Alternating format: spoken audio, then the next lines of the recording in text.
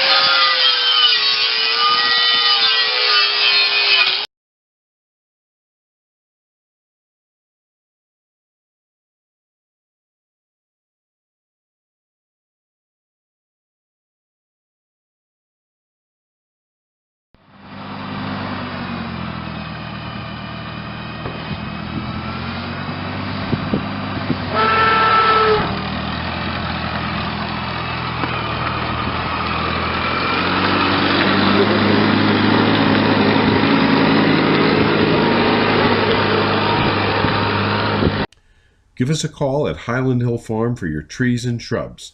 215-651-8329.